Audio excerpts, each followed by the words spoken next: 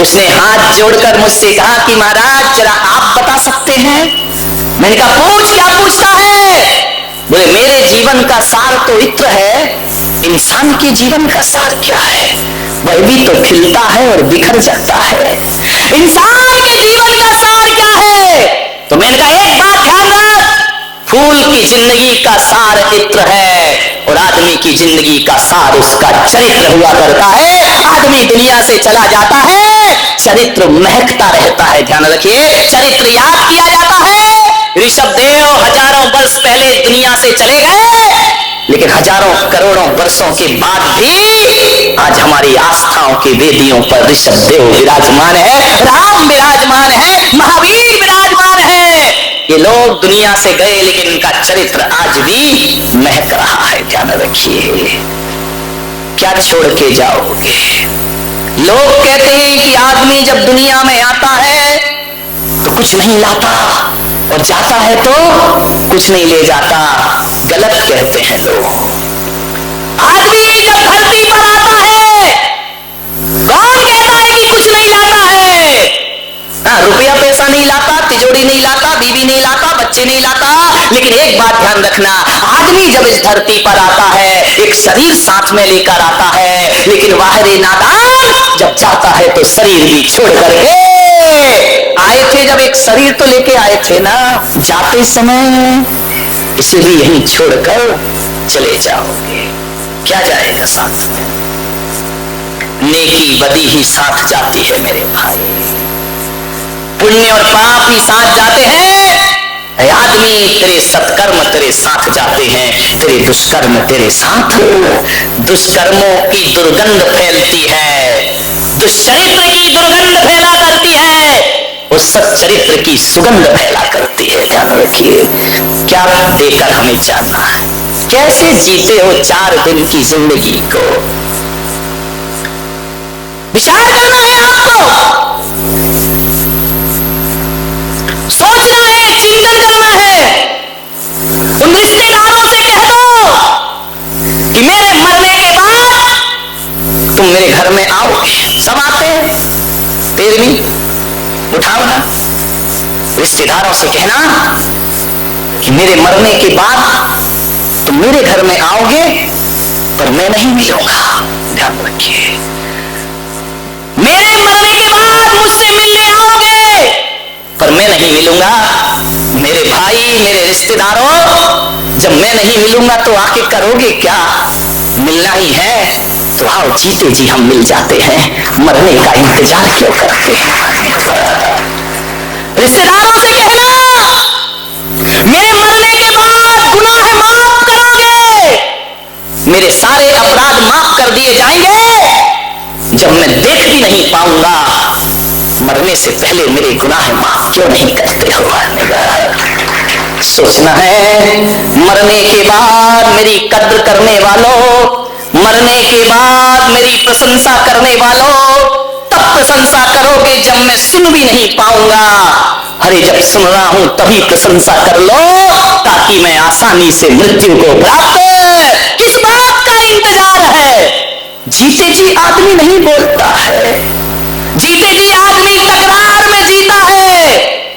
मरने के बाद आदमी मिलता है, फूल चढ़ाता है, उठावना करता है, श्रद्धांजलि देता है। अरे मरने के बाद श्रद्धांजलि देने वालों, जीते जी इंसान पे श्रद्धा रख लो, तुम्हारा व्यवहार और तुम्हारा जीवन सार्थक और सफल हो जाएगा। लाशों पे फूल चढ़ाते हो, जीते जी कांटे चुभाते हो। एक बेटा बाप को नए कपड़े लाने में सोचता है, जब जिंदा होता है, मर गया तो तुरंत कफन लेने दौड़ता, नए कपड़े जीते जी दे देता। मेरे भाई, तो चैन से तो मर सकता वो बाप। ध्यान रखिए, सोचना है आपको, विचार करना है। कई बार हम बहुत सी चीजों को इंतजार करने में निकाल देते हैं हाथ से। हम मरते समय जीवन सुधार ले, बहुत इंतजार हो गया। कई बार इंतजार करते करते बहुत देर हो जाती है और आत्मा का पंछी देह से विदा हो जाता है। मरने के बाद अफसोस करते हम कि बहुत अच्छा था, काश कुछ समय और उसके साथ बिता लेते।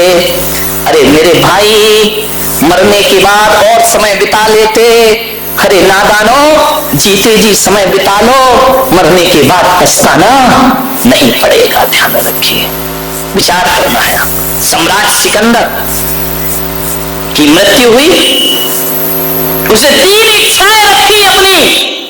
आधी दुनिया जीतने के बाद सम्राट सिकंदर ने अपने मरने से पहले कहा, जब बड़े बड़े हकीम वैद्य वहां बैठे रहे, सिकंदर ने कहा कुछ दिन की और सांसें दे दो।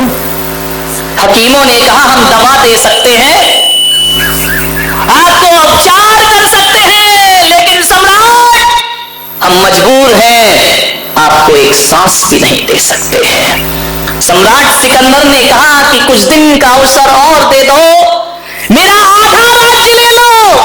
मैंने दुनिया जीती है, विश्व विजेता बना हूं, आधा राज्य तुम ले लो। हकीमों ने सिर झुका लिए, ज्योतिषियों को बुलाया, मांत्रिकों को बुलाया, तांत्रिकों को बुलाया, थोड़ा जीवन दे दो। सबने सिर झुका लिए।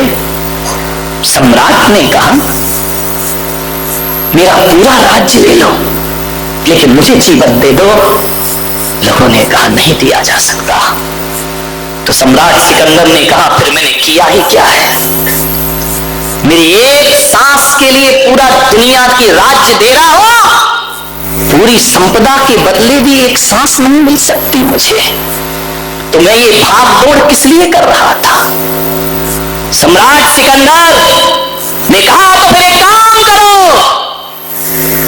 जब मेरी मृत्यु हो जाए मेरी 3 इच्छाएं पूरी करना।